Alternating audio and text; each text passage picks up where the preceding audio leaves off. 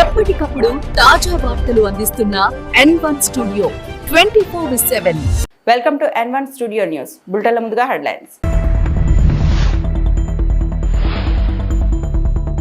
నరవనే పుస్తక వ్యాఖ్యలపై రాహుల్ గాంధీ సంచలన వ్యాఖ్యలు.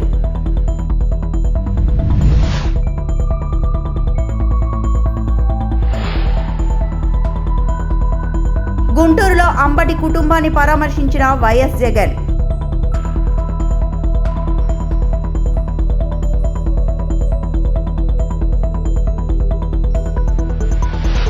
హామీలు నెరవేర్చిన ప్రభుత్వంపై హరీష్ రావు ఘాటు విమర్శలు.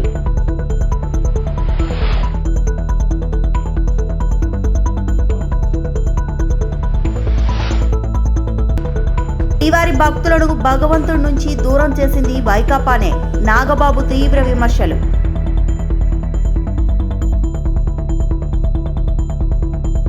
కాంగ్రెస్ నేత రాహుల్ గాంధీ మాజీ army chief general MM Naravane రాసిన పుస్తకంలోని ఒక భాగాన్ని చదివి వినిపించారు. ఆ భాగాన్ని గతంలో పార్లమెంట్లో ఉటకించేందుకు ప్రయత్నించినప్పుడు తనను అడ్డుకున్నారని ఆయన చెప్పారు. ఈ పరిణామం స్వేచ్ఛ భావ ప్రకటన, పార్లమెంటరీ హక్కులు, అలాగే జాతీయ భద్రతా అంశాలపై ప్రతిపక్షం ప్రశ్నలు లేవనెత్తే హక్కు వంటి అంశాలపై మరోసారి చర్చకు దారితీసింది. नरवणे जी की किताब है, इसमें उन्होंने पूरा अकाउंट लिखा है. जो लद्दाख का जो अकाउंट था, और मुझे कहा गया है और मुझे कहा गया है कि मैं इस बुक को कोट नहीं कर सकता हूं, बट यहाँ पे पूरा लिखा है. यहाँ पे मेन लाइन है जो प्रधानमंत्री ने कही, जो उचित समझो वो करो. राइट? जब chief of army staff general Naravane ने राजनाथ सिंह जी को फोन किया और कहा कि देखिए कैलाश रिज पर चाइनीज टैंक्स आ गए हैं, हमारी टेरिटरी है, कैलाश रिज पर चाइनीज टैंक्स आ गई हैं, हमें क्या करना है. पहले राजनाथ सिंह जी ने उनको रिप्लाई नहीं दिया. उन्होंने जयशंकर जी से पूछा, एनएसए से पूछा, राजनाथ सिंह जी से पूछा, कोई रिप्लाई नहीं आया. फिर उन्होंने राजनाथ सिंह जी को फोन किया. राजनाथ सिंह जी ने कहा कि मैं टॉप से पूछता हूं. राइट?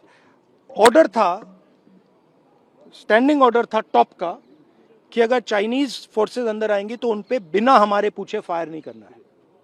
नरवणे जी और हमारी जो आर्मी थी, जो सेना थी, वो उन टैंक्स पर फायर करना चाहती थी क्योंकि वो टैंक्स हमारी टेरिटरी में आ गई थी.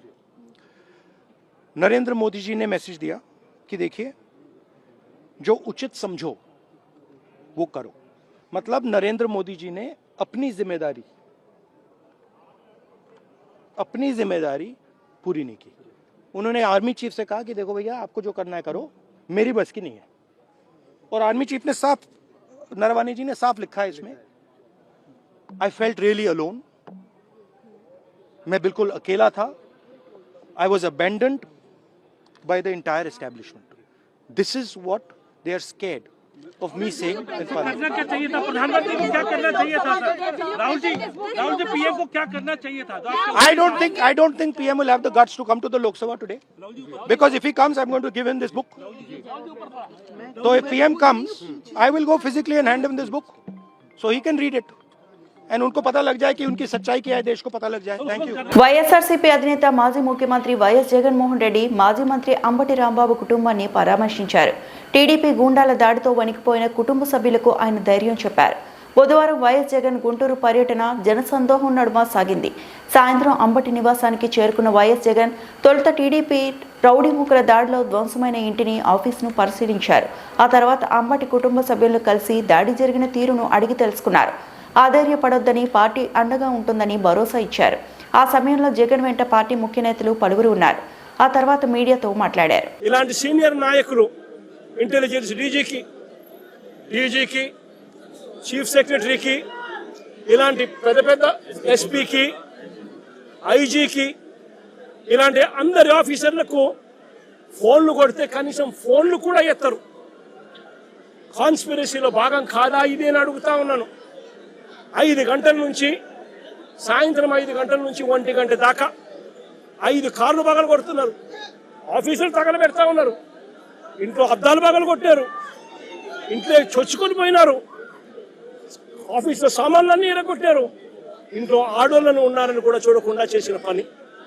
నేను అడుగుతా ఉన్నా, ఇది ధర్మమేనా అని అడుగుతా ఉన్నా, ఇది న్యాయమేనా అని అడుగుతా ఉన్నా. ఇంతటితో ఆగిపోలా. రాంబాబు అన్నను 10:30కి అరెస్ట్ చేస్తారు. రాంబాబు అన్నను 10:30కి అరెస్ట్ చేస్తారు. ఎందుకయ్యా అరెస్ట్ చేస్తారు రాంబాబు అన్నను? ఎందుకయ్యా రాంబాబు అన్నను అరెస్ట్ చేస్తారు? చంద్రబాబు నాయుడు గారిని తిట్టాడట. చంద్రబాబు నాయుడు గారిని తిట్టినందుకు అరెస్ట్ చేస్తారట.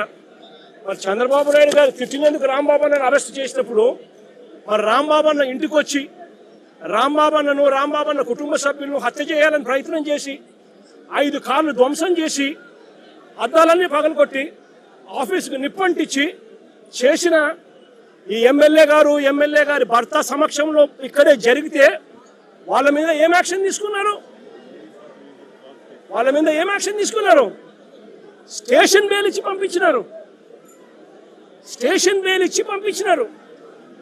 అదే చంద్రబాబు నాయుడు గారిని తిట్టాడు అని చెప్పి రాంబాబు అన్న తర్వాత మీడియా సమక్షంలో 1 గంటకి ఇన్సిడెంట్ జరగక మునిపే వివరణ ఇస్తూ తాను చింతిస్తూ వివరణ ఇచ్చినప్పటికీ కూడా రాంబాబును ఇంటి మీద అటాక్ చేసి రాంబాబును ఈ మాదిరిగా చేసిన దానికి వీళ్ళు మనుషులేనా అని అడుగుతా ఉన్నా.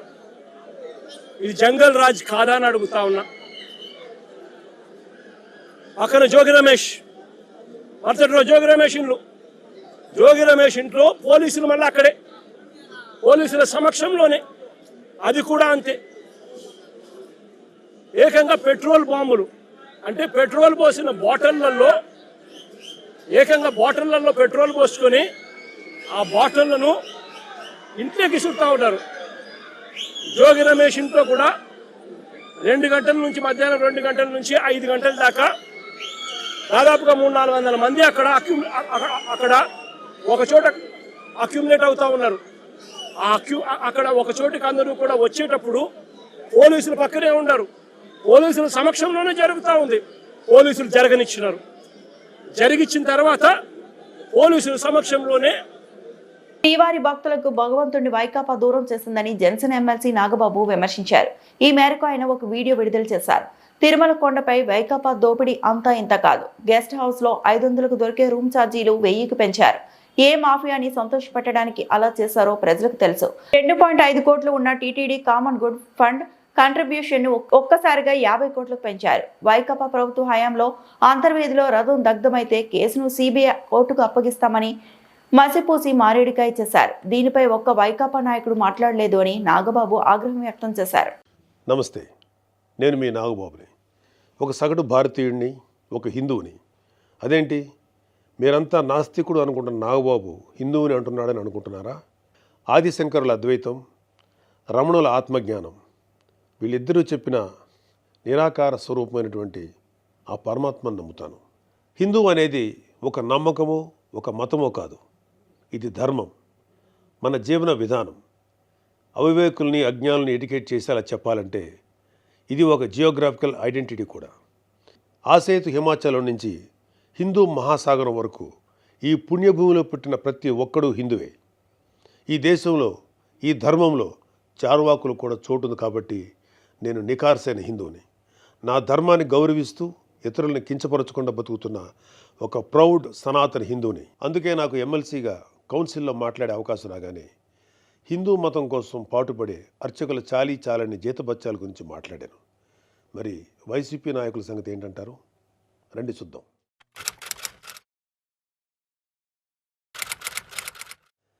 సెప్టెంబర్ 6, 2020 అంతర్వేది శ్రీ లక్ష్మీ నరసింహస్వామి వారి రథం దగ్ధమైన రోజు. రాష్ట్ర వ్యాప్తంగా ఉన్న హిందువులందరి మనోభావాలు దెబ్బతిన్న రోజు. అప్పటి వైసీపీ ప్రభుత్వం ప్రతిపక్షాల ఒత్తిడికి తలొగ్గి కేసుని సిబిఐకి అప్పచెప్తామని చెప్పింది. కట్ చేస్తే 2023లో ఒక హిందూ హక్కుల యాక్టివిస్టు ఆర్టీఐ వేశాడు. దానికి సిబిఐ ఏం సమాధానం చెప్పిందో తెలుసా? అసలు ఈ కేసు మేము టేకప్పే చేయలేదని చెప్పారు. మసిపూసి మారేడికాయ చేయడంలో ఎక్స్పర్ట్స్ అయినటువంటి ఒక్క వైసీపీ నాయకుడైనా దీని మీద మీడియాలో మళ్ళీ మాట్లాడడం చూసారా? అయినా వీళ్ళకి అవతల వాళ్ళ పర్సనల్ జీవితాల మీద ఉన్న ఇంట్రెస్ట్ మన హిందూ దేవాలయాల మీద ఎక్కడ ఉంటుంది?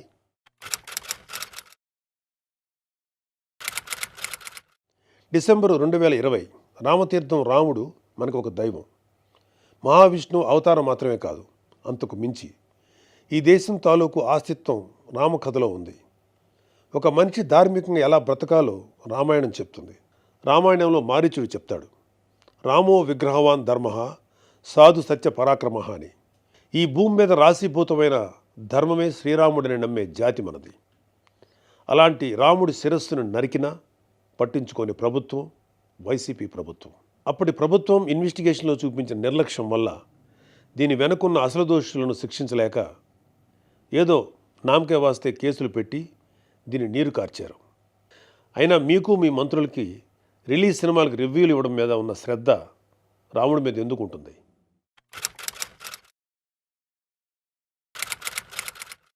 జనవరి 22, 2024 అయోధ్య రామమందిరం ఇనాగ్రేషన్ కొన్ని దశాబ్దాల సుదీర్ఘ న్యాయ పోరాటం తర్వాత, కొన్ని వందల మంది బలిదానాల తర్వాత హిందువులు కలల కన్నా రామమందిరం కల సాకారమైంది. దేశమంతా ఒక పండగలాగా దీన్ని సెలబ్రేట్ చేసుకున్నారు.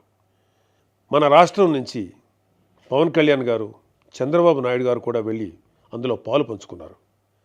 కానీ ఈరోజు హిందువుల మీద ఎక్కడ లేని ప్రేమ వలకపోస్తున్న వైసీపీ నాయకుడు గారు కనీసం ఫార్మాలిటీకైనా ఒక ట్వీట్ కానీ ఒక వీడియో బయట కానీ పెట్టారా? పోనీ మీ స్టాండ్ ఏంటో ఓపెన్గా ప్రజలకు చెప్పే దమ్ము అయినా మీకుందా? మీకు వ్యతిరేకించే ధైర్యం లేదు, అలా అని అభినందించే సంస్కారం అంతకంటే లేదు. వెరసి మీ మనసులో హిందువుల మీద కుళ్ళు కుతంత్రాలు తప్ప ఇంకేమీ లేవు. టీటీడీ భక్తులకి భగవంతుడిని దూరం చేసిన వైసీపీ పూట గడవని పేదవాడి దగ్గర నుంచి వజ్రాల కిరీటాలు చేయించే కోటీశ్వర్ల వరకు అందరి కోరిక ఒకటే, ఆ కలియుగ దైవమైన వెంకటేశ్వర స్వామివారి దర్శనం ఏడాదికి ఒకసారైనా చేసుకోవాలని. ఒక సామాన్య భక్తుడు నెల నెలా డబ్బులు కూడబెట్టుకుని మరి ఆయన చూడడానికి కొండ మీదకు వెళ్తాడు. అలాంటి కొండ మీద అకామిడేషన్ ఛార్జీలు. మహిళలకు మహాలక్ష్మి పథకం కింద 2500 రాలేదు. రైతులకు 15,000 రూపాయలు రైతు భరోసా రాలేదు. వృద్ధులకు 4,000 రూపాయల పెన్షన్ రాలేదు. విద్యార్థులకు ఫీజు రియంబర్స్మెంట్ లేదు. నిరుద్యోగులకు మొదటి ఏడాదిలో ఇస్తామన్న 2 లక్షల ఉద్యోగాలు రాలేదని మండిపడ్డారు. ప్రజలను మోసం చేసిన మీరు ఏ ముఖం పెట్టుకుని ఓట్లు అడుగుతున్నారు అని మాజీ మంత్రి deputy floor leader Harish Rao ప్రశ్నించారు. పోచమ్మకు అప్పుడు కేసీఆర్ 2,000 ఉంటే 2,000 ఇచ్చిందా? 2,000 ఇచ్చింది కదా కేసీఆర్. మరి ఇప్పుడు పోచమ్మకు 4 వచ్చినాయా? వస్తూ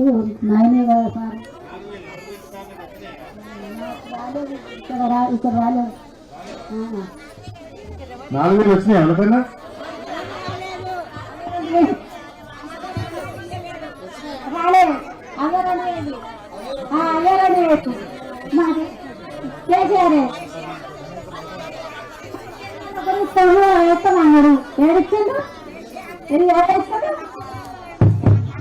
అదే 4,000 అని ఆశ చెప్పింది మనకు. ఇప్పుడు 26 నెలలు అయింది. 26 నెలల నుంచి అంటే ఎంత బాకీ పడ్డట్టు? నెలకు 2,000, 26 నెలలు అంటే ఒక్కొక్క అవ్వకు ఒక్కొక్క తాతకు 52,000 బాకీ పడ్డది కాంగ్రెస్ పార్టీ. పడ్డదా లేదా? 52,000 ఇచ్చినాకనే కాంగ్రెస్ వాడు ఒకటి అడగాలి. మరి ఇప్పుడు ఏమన్నారు? మనకు డిసెంబర్లోనే ఇస్తాం 4,000 అన్నారు. మీకు యాదుకుందో లేదో, అప్పుడు కేసీఆర్ సార్ గెలిచినప్పుడు నన్ను గెలవంగానే 2,000 ఇస్తా అన్నాడు. 2,000 బరాబర్ ఇచ్చిందా లేదా అది తీసుకోండి. మొదటి నెలనే ఇచ్చిండు. గెలవంగానే 2,000 అన్నాడు, బరాబర్ 2,000 ఇచ్చిందా లేదా? వీళ్ళు 4,000 అన్నారు. మరి ఏమా అమ్మా?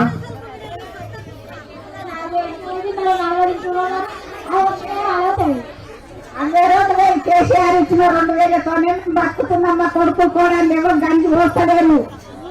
ఆయన భగవంతుడు, మాకు ఆయన దేవుడు. అయితే మా అక్క చెల్లెలకు నేను ఏం ముచ్చట ఏంటంటే, అక్క చెల్లెళ్లకు ఆసరగా, అవ్వ తాతలకు అండగా బీఆర్ఎస్ పార్టీ మేము గట్టి కొట్లాడుతున్నాం. ఏమని? బిడ్డ 4,000 ఇప్పుడు ఇస్తామని రోజు అసెంబ్లీలో అడుగుతున్నాడు. మరి చెప్పింది అప్పుడు కేసీఆర్ సార్ కూడా ఏమన్నాడు, మళ్ళీ గెలిపింది నేను ఒక్కసారి 4,000 ఇయ్య, ఒక ఏడాది 3,000 చేస్తా, మళ్ళీ ఏడాది 35,000 చేస్తా, లాస్ట్కు 4,000 చేస్తా అని కేసీఆర్ చెప్పింది. వీళ్ళు ఏమన్నారు? ఒక్కటేసారి 4 ఇస్తాను, ఇక డిసెంబర్లోనే 4 ఇస్తామంటే అందరు నమ్మి గెలిపించారు. గెలిచినాక మరి సపోర్ట్ చేస్తురా? మోసం. శరీరంలో వచ్చే మార్పులు గమనించాలని, నిర్లక్ష్యం చేయకూడదని చిరంజీవి అన్నారు. ప్రపంచ క్యాన్సర్ దినోత్సవం సందర్భంగా హైదరాబాద్లోని కిమ్స్ ఆసుపత్రిలో ఏర్పాటు చేసిన కార్యక్రమానికి చిరంజీవి ముఖ్య అతిథిగా హాజరయ్యారు. క్యాన్సర్పై అందరిలోనూ అవగాహన రావాలన్నారు. 4-5 days బ్యాక్ ఈ క్యాన్సర్ సంబంధించినటువంటి వైద్య నిపుణులు న్యూయార్క్లో ఉండే నోరి దత్తాత్రేయ గారిని నేను ఇంటికి ఆహ్వానించడం జరిగింది.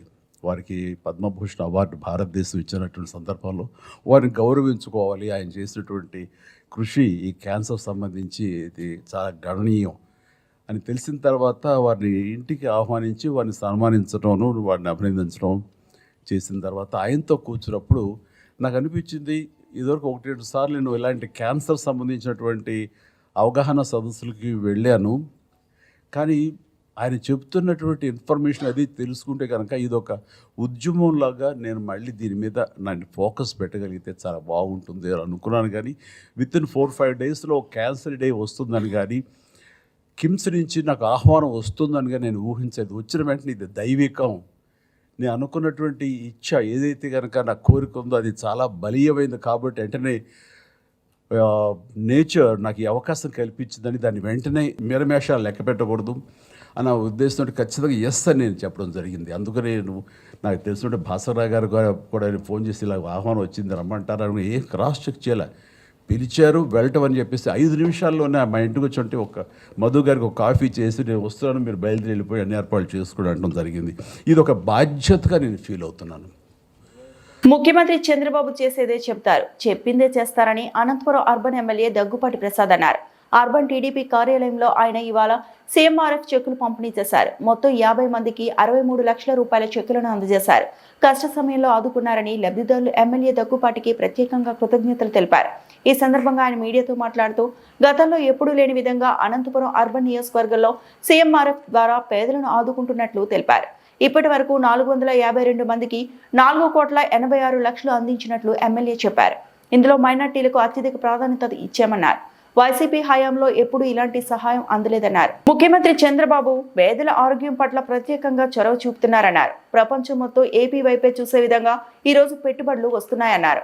ముఖ్యమంత్రి చంద్రబాబు, మంత్రి నారా లోకేష్ ప్రత్యేక చొరవతో గూగుల్ వంటి సంస్థలు కూడా ఏపీకి వచ్చాయన్నారు. ఓవైపు సంక్షేమం, మరోవైపు అభివృద్ధి కార్యక్రమాలు చేస్తూ రాష్ట్రాన్ని ముందుకు తీసుకెళ్తున్నారన్నారు. మా ముఖ్యమంత్రి నారా చంద్రబాబు నాయుడు గారి ఆదేశాల మేరకు మా యువ నాయకుడు ఐటీ శాఖ మంత్రులు నారా లోకేష్ గారి సూచనల మేరకు సీఎంఆర్ఎఫ్ ఫండ్స్ ఈరోజు చెక్కులు ఇవ్వడం జరిగింది. ఈరోజు దాదాపు 50 మంది లబ్ధిదారులకి 63 లక్షల రూపాయలు మా ముఖ్యమంత్రి గారి సహకారంతో ఈరోజు ఇవ్వడం జరిగింది. ముఖ్యంగా అనంతపురం అర్బన్ నియోజకవర్గంలో ఈ 20 నెలల కాలంలోనే దాదాపు 452 మందికి దగ్గరగా 5 కోట్ల రూపాయలు సీఎంఆర్ఎఫ్ ఫండ్స్ చెక్కులు ఇవ్వడం జరిగింది. గత ప్రభుత్వంలో ఎక్కడే కానీ సీఎంఆర్ఎఫ్ చెక్కులు కానీ లేకపోతే దానికి సంబంధించినవి కానీ ఎక్కడే ₹1 చూసిన దాఖలాలు మా అనంతపురం అర్బన్ ప్రజలకి తెలియదు. కానీ ఈరోజు ఈ 20 నెలల కాలంలోనే మా ముఖ్యమంత్రి వర్యులు ఒక అర్బన్ నియోజకవర్గానికి దాదాపు 5 కోట్ల రూపాయలకు పైగా ఇవ్వడం జరిగింది. అంటే మా తెలుగుదేశం ప్రభుత్వం వచ్చిన తర్వాత మా ముఖ్యమంత్రి వర్యులు నారా చంద్రబాబు నాయుడు గారు ఏదైతే చేస్తారో అదే చెప్తారు, చెప్పేదే చేస్తారు. దాదాపు అంటే పేద ప్రజలు అనంతపురం అర్బన్ నియోజకవర్గంలో ముఖ్యంగా ముస్లిం మైనార్టీలు, బలుగు బలహీన వర్గాలు ఎక్కువ. దానిలో భాగంగా ముస్లిం మైనార్టీలకే దీంట్లో 50% పైగా ఈరోజు అనంతపురం అర్బన్ నియోజకవర్గంలో సీఎంఆర్ఎఫ్ ఇవ్వడం జరిగింది. ముఖ్యంగా మా తెలుగుదేశం ప్రభుత్వం ఏర్పడిన తర్వాత అనేకమైనటువంటి సంక్షేమ కార్యక్రమాలు, పెన్షన్స్ పెంచడం అయితే ఏమి, పెన్షన్స్ 3,000 రూపాయల నుంచి 4,000 రూపాయలు పెంచిన ఘనత మా ముఖ్యమంత్రి నారా చంద్రబాబు నాయుడు గారిది.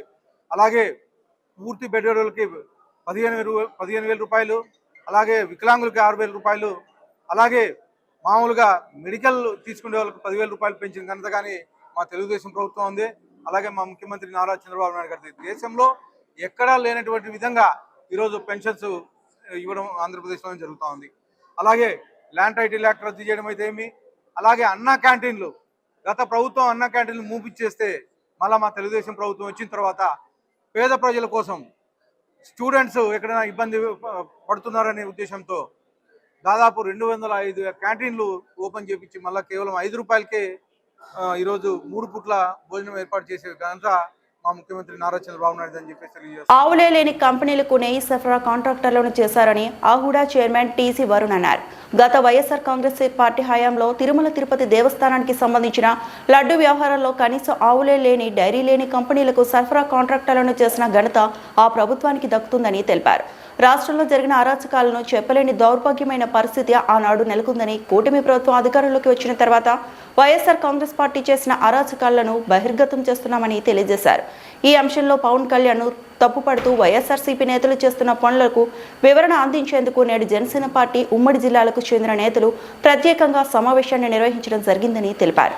వారు చేసిన అరాచకాల్లో భాగంగా కోట్లాది మంది శ్రీ వెంకటేశ్వర స్వామి భక్తుల మనోభావాలతో చెలగాటమాడారని తెలిపారు. అరాచకం చేసిందే కాకుండా వారు చేసిన తప్పులను కప్పిపుచ్చుకునేందుకు ప్రజల్లో లేని అలజడులు సృష్టించేందుకు కొత్త డ్రామాలకు తెరలేపారని మండిపడ్డారు. మీడియా మిత్రులందరికీ ధన్యవాదాలండి.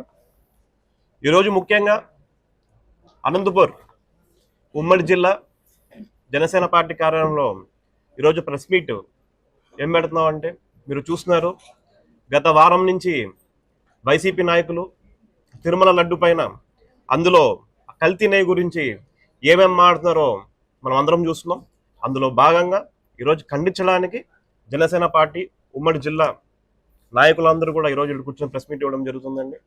ముఖ్యంగా వైసీపీ నాయకులకి, ఎందుకంటే ఈ విషయం ప్రజలందరికీ తెలియాలి.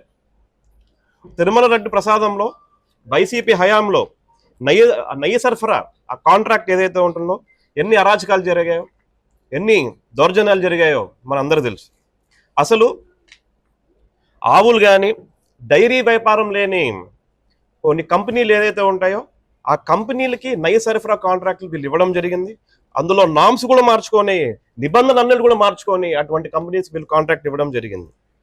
ఆవులు కానీ పాలు కానీ పెరుగు కానీ లేకోకుండా నెయ్యి ఎలా తయారైతే చెప్పండి.